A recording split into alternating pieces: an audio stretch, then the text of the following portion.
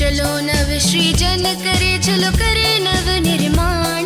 बच्चे हैं देश की आन, बच्चे हैं देश की शान। इनमें हम संचार करें विद्या बुद्धि ज्ञान, इनके भविष्य से बनेगा प्यारा हिंदुस्तान।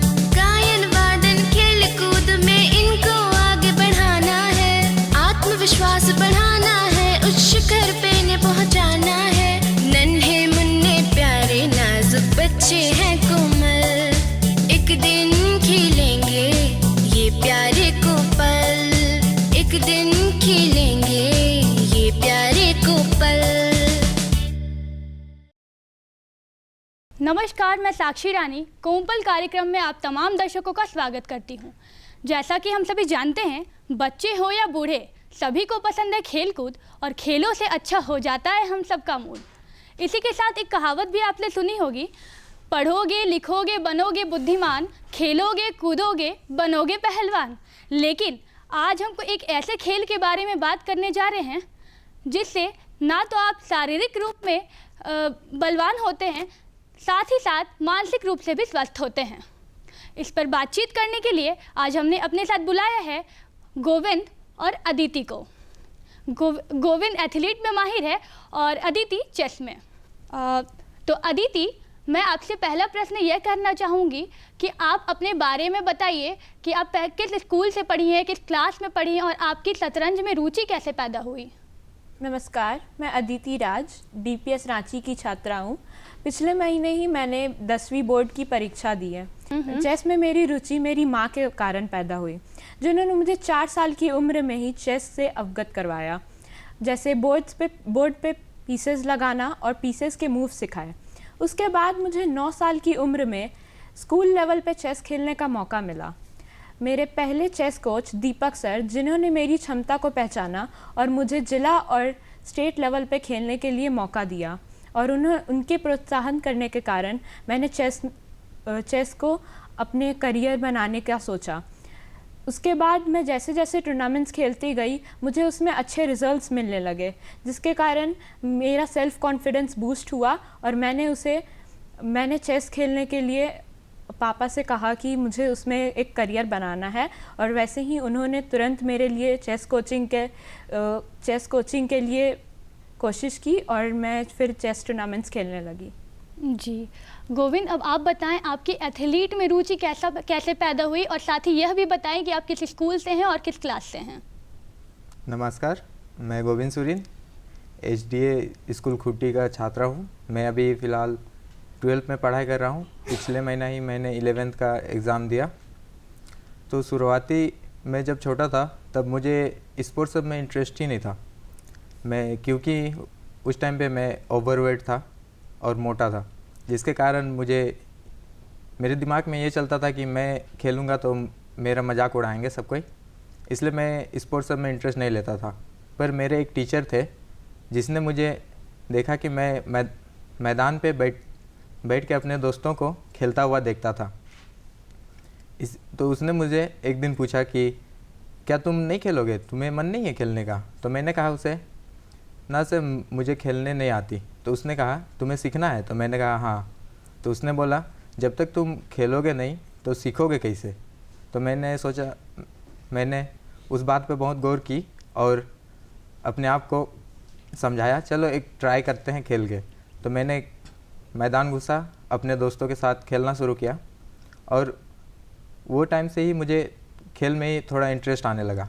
तो फिर जब मैं 1 क्लास में था तब मेरे PD टीचर जो थे उसने मुझे सेलेक्ट किया एथलेटिक में, और स्कूल को अपना स्कूल रिप्रेजेंट करने की मौका दी। तभी बहुत सारे टूर्नामेंट का मौका मिले और प्रैक्टिस होते गए, जिसके कारण मुझे एथलेटिक पे इंटरेस्ट होने लगा और रुचि जागी। जी बहुत बढ़िया बात कही आपके टीचर ने कि जब तक खेलोगे नहीं सीखोगे कैसे। तो यही हर किसी के लिए यही लागू होता है किसी भी फील्ड में, जब तक हम कोई काम करेंगे नहीं सीखेंगे कैसे। ऐसा कहा जाता है कि लोग जो शतरंज खेलते हैं वो चालबाज होते हैं। तो आप इस चाल पे क्या कहना चाहेंगे, अपनी शतरंज की चाल पे क्या कहना चाहेंगे आप? ये तो सच है कि शतरंज में वही जीत पाता है जो चालबाज होता है। शतरंज में जीतने के लिए आपको अपने ओपोनेंट के चाल से बेहतर चाल समझकर उसको मात देनी होती है। जैसा कि हम जानते हैं शतरंज में 64 स्क्वायर्स होते हैं और आज तक अनगिनत मैच होने के बावजूद भी आज तक कोई भी मैच रिपीट नहीं हुआ है। ये उसकी खूबसूरती कही जा सकती है। शतरंज में 3 स्टेजेस होते हैं, ओपनिंग, मिडिल गेम और एंड गेम। ओपनिंग को तो रिपीट किया जा सकता है, जैसे ओपनिंग काफ़ी तरीके के होते हैं और उसके हिसाब से तैयारी की जा सकती है। लेकिन मिडिल गेम में हमें ये पता नहीं रहता है कि ओपोनेंट क्या चलने वाला है। उस हिसाब से हमें उसी वक्त टाइम बाउंड होते हुए कैलकुलेशंस करने पड़ते हैं और कम समय में ही हमें सबसे बेहतर चाल चलनी पड़ती है। एक चाल अगर गलत हो जाता है तो वो मैच का रिज़ल्ट डिसाइड कर देता है। इसीलिए चाल को चलने से पहले हमेशा कहा जाता है 3 बार सोच के चलें।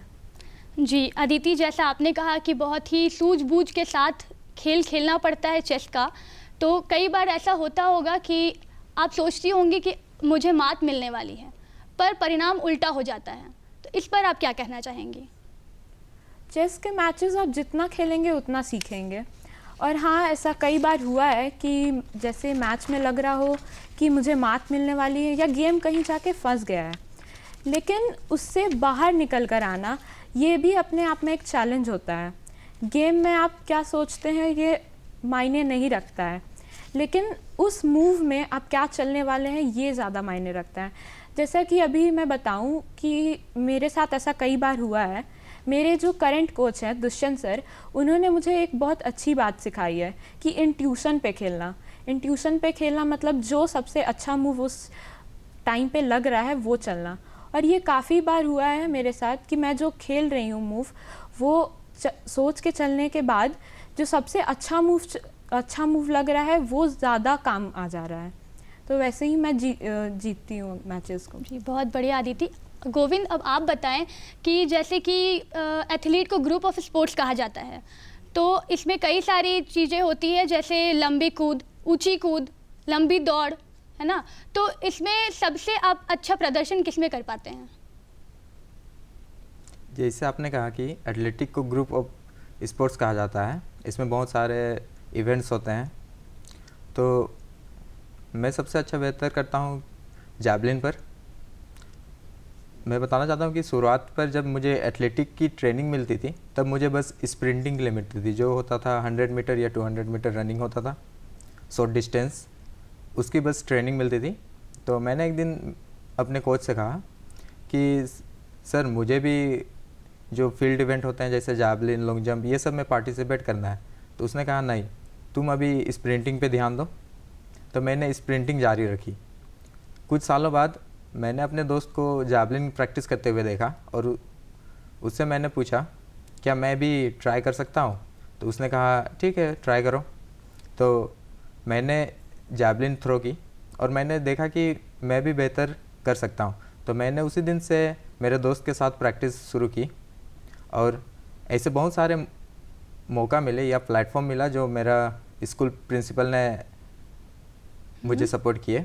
और जब मैं अपना स्कूल को रिप्रेजेंट करने के लिए जोनल आया तब मुझे चांस दिया गया कि जैवलिन में भी पार्टिसिपेट करने की। तो उस जोनल मैच में मेरा स्प्रिंटिंग उतना खास परफॉर्मेंस नहीं हुआ, उस पर मैं ना फाइनल के लिए क्वालिफाई भी नहीं कर पाया। तो मेरी लास्ट इवेंट बची थी जैवलिन। तो जैवलिन था तो मैंने सोचा कि जैवलिन फर्स्ट टाइम ट्राई कर रहा हूँ पर अपना बेस्ट दूंगा। तो उस टाइम मैंने कुछ ना सोचा और अपना बेस्ट परफॉर्मेंस दिखाया और जिस पे मैंने जोनल पे अपना स्कूल के लिए फर्स्ट और गोल्ड मेडल लेके आया था। अब तक आपने कितने कॉम्पिटिशन्स में भाग लिया है और आपका उसमें अनुभव क्या रहा है? अब तक मैंने बहुत सारे कंपटीशन पर भाग लिए हैं। मैं बस एथलेटिक नहीं खेलता, बस मल्टी स्पोर्टिंग भी करता हूँ, जैसे फुटबॉल, वॉलीबॉल हो गया, ये सब भी खेलना पसंद करता हूँ। तो सबसे ज़्यादा मैंने एथलेटिक पे ही बाहर खेलने के लिए गया हूँ। तो सबसे पहले मैंने जोनल गया था जो रांची में हुआ, खेलगांव पे, अपने स्कूल को रिप्रेजेंट करना था उस पर। तो उस पर मैंने पार्टिसिपेट किया था, जैसे मैंने बताया कि स्प्रिंटिंग जो शॉर्ट डिस्टेंस होता है और जैवलिन। तो उस पर मैंने बस जैवलिन और शॉटपुट पर निकाला था मेडल, जो फर्स्ट और जैवलिन पे निकाला, फिर सेकंड, शॉर्ट पुट पे। तो फिर उसके बाद मेरा आगे सिलेक्शन हुआ, जिस पे मुझे रांची डिस्ट्रिक्ट को रिप्रेजेंट करना था। वो ऑर्गेनाइज हुआ था धनबाद पे, तो हम लोग को जानी थी। तो प्रिंसिपल ने सब चीज़ अरेंजमेंट कर दिए हम लोग के लिए, और फिर हम लोग चल गए। मेरे कुछ दोस्त लोग भी थे। फिर उसके बाद वहाँ से जाते हुए जब मैं वहाँ कंपटीशन के लिए तैयार हो रहा था, तो मैं बहुत नर्वस था। मुझे समझ में नहीं आ रहा था कि मैं कर पाऊँगा या ना पाऊँगा, खुद पे शक हो रही थी। तो मेरे एक दोस्त ने कहा, दोस्त घबराना मत, अपना बस बेस्ट परफॉर्मेंस दिखाओ, फिर बाकी बात छोड़ दो, क्योंकि तुम यहाँ जीतने या हारने के लिए नहीं आए हो। स्पोर्ट्स जीतने या हारने मायने नहीं रखता, तुम क्या सीखते हो वो मायने रखता है। तो मैंने सोचा ठीक है। फिर उसके बाद अपना बेस्ट परफॉर्मेंस किया। फिर वहाँ पर भी मैंने जैवलिन पे गोल्ड मेडल निकाला, फिर शॉट पुट पे भी गोल्ड मेडल। फिर उसके बाद मेरा सिलेक्शन हो गया नेशनल के लिए। जो नेशनल स्पोर्ट मीट हुआ था वो बेंगलुरु में हुआ था, तो उसके लिए वहाँ पर मैं गया। वहाँ पर भी सेम सिचुएशन मैं फेस कर रहा था, नर्वसनेस, लो फील करना, कॉन्फिडेंस ना आना। तो सेम सिचुएशन में मैंने अपने बस कोच की बात सुनी। वो बोला कि भरोसा रखो खुद पे कि तुम कर सकते हो बोल के।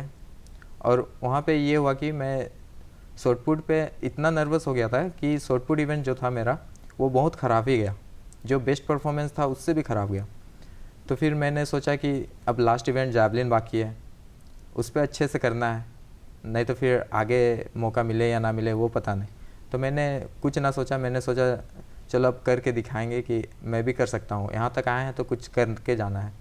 तो फिर उसके बाद नेशनल जब खेलने शाम को मेरा इवेंट स्टार्ट हुआ, तो मैंने जैवलिन थ्रो की, जिसमें फर्स्ट थ्रो पे मेरा पैर स्लिप हुआ और मेरा थ्रो डिस्क्वालीफाई किया गया। तो मेरे पास 2 चांस बचे थे, जिसमें सेकेंड चांस में मैंने अच्छा थ्रो किया, सबसे लॉन्ग थ्रो किया। फिर उसके बाद लास्ट थ्रो जो था वो थोड़ा ख़राब गई, पर मैं नेशनल पे सेकंड निकाला, सिल्वर। फिर उसके बाद मेरी सिलेक्शन SGFI के लिए हुआ, जो फ़िलहाल अभी पिछले महीना ही हुआ था पटना पे। तो वहाँ पर मैं गया और वहाँ पे मैं एक बात सीखी कि कोई भी इवेंट हो या कोई भी टूर्नामेंट हो, चाहे छोटा या बड़ा हो, कभी खुद पे शक नहीं करना होता है, खुद पे कॉन्फिडेंस रखना होता है कि कर सके, और कभी नर्वस नहीं होना है। मैं SGFI खेलने गया था, उस पर मैंने अपना बेस्ट परफॉर्मेंस दिया, पर टॉप 10 पर क्वालिफाई नहीं कर पाया। बहुत ही अच्छी बात कही गोविंद आपने बताया कि आपके दोस्तों ने आपको बहुत मोटिवेट किया, आपके कोच ने आपको मोटिवेट किया, और ये भी कहा कि तुम खेलो, तुमको जैसे खेलना है तुम खेलो, ये मत सोचो तुम हारोगे या जीतोगे। ये बहुत मैटर करता है, हम किसी भी फील्ड में हैं, खेलना या कोई भी काम करना लगन से करना चाहिए, आगे जो परिणाम होगा वो देखा जाएगा। और एक कविता भी लिखी गई है जिसकी एक लाइन मैं कहना चाहूँगी कि कोशिश करने वालों की कभी हार नहीं होती, लहरों से डरकर नौका पार नहीं होती, कोशिश करने वालों की कभी हार नहीं होती। इसी के साथ अदिति, मैं आपसे दूसरा प्रश्न करना चाहूँगी कि आप बताइए कि आप अपने शतरंज को और पढ़ाई को मैनेज कैसे करती है, क्योंकि देखा जाता है कि अक्सर बच्चे मैनेज कर नहीं पाते चीज़ों को, और यहाँ तक कि पढ़ाई भी ढंग से नहीं कर पाते। तो आप इन दोनों में बैलेंस कैसे बनाती हैं? शुरुआत में तो मुझे काफ़ी दिक्कत आई थी पढ़ाई और शतरंज को बैलेंस करने में, क्योंकि जब भी मैं चेस टूर्नामेंट्स के लिए बाहर जाती थी तो मेरे स्कूल का वर्क काफ़ी छूट जाता था, तो उसके कारण मेरे एग्ज़ाम में कम नंबर भी आते थे। लेकिन मैं उससे डीमोटिवेट नहीं हुई। मैंने अपने फैमिली और फ्रेंड्स से बात करके कोशिश किया कि एक स्टडी प्लान या टाइम टेबल जो भी हो वो बनाने की कोशिश करी। तो उस हिसाब से मैं जितने भी मैचेस के लिए जाना होता मुझे पहले, तो उससे पहले जो भी पढ़ाए गए टॉपिक्स स्कूल में पढ़ाए जाने वाले हैं वो पहले से ही रिवाइज़ कर लेती थी और पढ़ लेती थी, क्योंकि आजकल तो ऑनलाइन का भी ज़माना है, ऑनलाइन आप कोई भी लेक्चर्स देख सकते हैं। तो उस हिसाब से, और मैं स्कूल लेवल को रिप्रेजेंट करती हूँ, जैसे CBSE जोनल्स हो गया, और मेरा हमेशा से बोर्ड प्राइज़ लाने का रिकॉर्ड रहा है स्कूल के तरफ से। तो स्कूल वाले भी मुझे काफ़ी सपोर्ट करते हैं, जैसे टीचर्स अटेंडेंस दे दिया करते हैं, या स्कूल के जितने भी फ्रेंड्स हैं वो मुझे नोट्स भेज देते हैं। उसी तरीके से मैं मैनेज करती हूँ। और मेरे जो चेस कोच हैं वो हमेशा तैयार रहते हैं कि तुम अगर पढ़ रही हो तो हम कभी और क्लास को शेड्यूल कर सकते हैं, तो काफ़ी सपोर्ट देखने को मिलता है सर से भी। बहुत ही अच्छी बात बताई आपने, क्योंकि बिना हर किसी के सहयोग के, अपने पेरेंट्स के सहयोग के, अपने टीचर्स के सहयोग के हम आगे नहीं बढ़ सकते हैं। कहीं ना कहीं हर कोई का सहयोग होता है तभी हम किसी मुकाम पर पहुंच पाते हैं। तो इस बात से आगे बढ़ते हुए मैं आपसे यह पूछना चाहूँगी कि खासकर महिलाओं में देखा जाता है कि उन्हें आगे चलकर बहुत सारी कठिनाइयों का सामना करना पड़ता है। लोग उन्हें रोकते हैं कि नहीं, तुम्हें ये खेल नहीं खेलना है, तुम्हें ये काम नहीं करना है। तो आप क्या बताना चाहेंगे कि आपको क्या आपके परिवार वालों से कितना सपोर्ट मिला? जैसा कि आपने कहा कि महिला खिलाड़ियों को काफ़ी संघर्षपूर्ण जीवन रहता है उनका, तो ये बात सच है। जैसे कि एज अ फीमेल प्लेयर काफ़ी रिस्ट्रिक्शंस होते हैं। जैसे आपको अगर कहीं बाहर जाना है तो आप अकेले नहीं जा सकते हैं, ट्रैवलिंग सेफ़ नहीं होता है, तो उसके लिए हमेशा किसी एल्डर या एक पेरेंट का मौजूद होना बहुत ज़रूरी होता है। और जहाँ पे हम जा रहे हैं, जहाँ बाहर जा रहे हैं, वहाँ के अरेंजमेंट्स भी जो होते हैं विमेन फ्रेंडली नहीं होते हैं, तो जितनी भी व्यवस्था होती है उन सभी को हमें खुद करना पड़ता है। लेकिन जहाँ तक बात रही मेरे परिवार वालों की, उन्होंने मुझे आज तक ऐसी कोई डिफ़िकल्टी फ़ेस नहीं करने दी। जैसे मैं जब भी बाहर जाती हूँ तो मेरी मम्मी मेरे साथ जाती है, वो मेरे मैच ख़त्म होने तक का वेट करती है, मेरे गेम के टाइम कुछ भी अगर नीड्स रहते हैं वो भी सारा पूरा करती है। और मेरे पापा हमेशा प्री अरेंजमेंट्स बुक करके रखते हैं ताकि मुझे वहाँ जाके कोई दिक्कत ना हो। तो इससे मेरा हौसला भी बढ़ता है और मुझे अच्छा लगता है कि मेरा एक बैक सपोर्ट है ताकि मैं मैचेस के टाइम अच्छा परफॉर्म कर पाऊँ। गोविंद, अब आप बताएं कि आप एथलीट को कैसे फेस करने से पहले क्या योजना बनाते हैं? मैं एथलेटिक को या कोई भी टूर्नामेंट फेस करने से पहले मैं सबसे पहले अपना भगवान को याद करता हूँ। फिर अपना जो होता है, कोई भी परफॉर्मेंस करने से पहले बहुत सी थॉट्स आते हैं माइंड में जिसे हमें कंट्रोल करना पड़ता है, या तो स्पोर्ट्स में कहा जाए या एग्ज़ाम देना हो। ऐसे बहुत सी थॉट्स आते हैं जिससे हम नर्वस हो जाते हैं, जिसे काम करना या कंट्रोल करना थोड़ा मुश्किल होती है। तो उन बातों पे मैं ध्यान नहीं देता जो मुझे नर्वसनेस करे और अपना परफॉर्मेंस देने में मुश्किल आए हुई। तो मैं सबसे पहले सोचता अपने आप को काम करता हूँ, फिर वो बात सब सोचते हैं जो मुझे मोटिवेट करती है अपना परफॉर्मेंस करने के लिए। जैसे हुआ मेरा दोस्त जो भरोसा करके भेजते हैं कि तुम कर पाओगे, पेरेंट्स उसके उम्मीद और कोच के भरोसे, इन लोगों के बात सोचता हूँ अपना माइंड पे, तो मुझे मोटिवेशन मिलती है कि मैं क्यों डरूँ। मुझे जब इतना सपोर्ट करने वाले हैं तो मुझे परफॉर्मेंस करने में कोई दिक्कत नहीं होनी चाहिए। मैं अपना बेस्ट कर सकता हूँ, जो भी हो वो देख लूँगा, पर अपना बेस्ट परफॉर्मेंस करके दिखाऊँगा। बहुत बढ़िया बात कही आपने कि जो भी होगा देख लिया जाएगा, पर मैं अपना बेस्ट परफॉर्मेंस करके दिखाऊंगा। आगे बढ़ते हुए हम आपसे ये पूछना चाहेंगे कि एथलीट में बहुत सारी तकनीकियाँ और बारीकियाँ होती हैं, इस विषय में आप क्या कहना चाहेंगे? हाँ, ये सच है कि एथलेटिक में बहुत सारी तकनीकियाँ और बारीकियाँ भी होती हैं। तो उनमें से सबसे ज़्यादा हमें खुद पर कंट्रोल करना सीखना होता है, दूसरी डिसिप्लिन में रहना होता है, क्योंकि अभी स्पोर्ट्स पर्सन हो या स्टूडेंट, सबको डिसिप्लिन में रहना पड़ता है और अपनी कोच की बात सब माननी पड़ती है। तो कभी कभी क्या होता है कि जब प्रैक्टिस करते हैं, हम कुछ नया एक्सरसाइज सब करते हैं, तो वो एक दिन पे नहीं होता, तो उससे हमें बार बार प्रैक्टिस करना पड़ता है। अगर वो परफेक्ट ना हो तो हम उसे छोटे भागों में बांटते हैं और रोज़ाना प्रैक्टिस करते हैं। फिर अगर कुछ प्रैक्टिस करने टाइम कुछ मिस्टेक हो रहे हो तो कोच रहते हैं हमें बताने के लिए कि नहीं ऐसे करो, ये स्टेप लो, वो स्टेप लो, बोल के कोच रहते हैं सपोर्ट करने के लिए। तो उन टेक्निकों को देख के और प्रैक्टिस करते हुए हर एथलीट को हार्ड वर्किंग रहना चाहिए, क्योंकि हार्ड वर्क नहीं करोगे तो कुछ नहीं मिलता। भी टैलेंट, बस सबके पास टैलेंट है, पर जो हार्ड वर्किंग और प्रैक्टिस रखते हैं वही सफल हो पाते हैं। बिल्कुल सही बात कही आपने कि कितना भी कुछ कर लो, हम जब तक उसके लिए प्रैक्टिस नहीं करेंगे तब तक कुछ नहीं किया जा सकता। ये भी हम हमेशा सुनते हैं कि practice makes a man perfect. तो आगे बढ़ते हैं और हम आपसे पूछना चाहेंगे, अदिति, शतरंज में जितने भी फेजेस आते हैं, जितने भी स्तर आते हैं, आपने कितने सारे कॉम्पिटिशन्स को जीता है और अब तक का अनुभव आपका क्या रहा है? मैंने काफ़ी टूर्नामेंट्स खेले हैं, district level, state level, national से लेकर इंटरनेशनल तक। और मैं बताना चाहूँगी कि मैं झारखंड की वुमेन कैटेगरी में 5 साल से चैम्पियन बन रही हूँ। और जैसा कि मैं बताऊँ, मेरा पहला इंटरनेशनल टूर्नामेंट दिल्ली में रहा था 2019 जनवरी में। और वो वहाँ पे कई लोग आए थे, 1500 से ज़्यादा खिलाड़ी थे और ग्रैंड मास्टर्स भी खेल रहे थे उस टूर्नामेंट में। और वहाँ का अनुभव पहली बार था ऐसा कि इतने बड़े टूर्नामेंट को मैं फ़ेस कर रही थी।